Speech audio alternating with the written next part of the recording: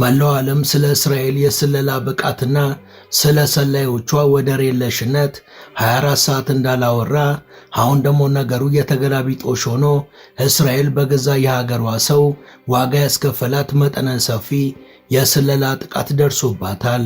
የእስራኤል መንግስት የአስቸኳይ ጊዜ አዋጅ አውጆ የቀድሞ ጦር ሰራዊት አባላቱን በጠራበት ወቅት ራሱን እንደ ሌተናል ኮሎኔል አድርጎ የሰየመ አንድ እስራኤላዊ ወደ ሚሊተሪ ካምፖች አታሎ በመግባት በርካታ ሚስጥሮችን መንትፏል።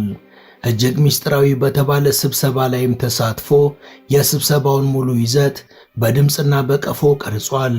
ሲያመጣው አንዴ ነው እንዲሉ አበው የባስ ብሎ እነዚህን ግዙፍና ቁልፍ መረጃዎች ለማን ይስጥ ለማን ዛሬም ድረስ አለመታወቁ በቴል አቪቭ ከፍተኛ ድንጋጤን ፈጥሯል። ይህ ሰው በተለይ ከሀገሪቷ ታላላቅ የሚሊተሪ ሰዎችና የቀድሞ መሪዎች ጋር የጠበቀ ወዳጅነት ያለው መሆኑ ደግሞ የፍርድ ሂደቱም እስካሁን እንዲስተጓጎል አድርጓል። በዚህ አንድ ግለሰብ የተነሳም ሞሳድ ቅጥ አምባሩ ጠፍቶታል።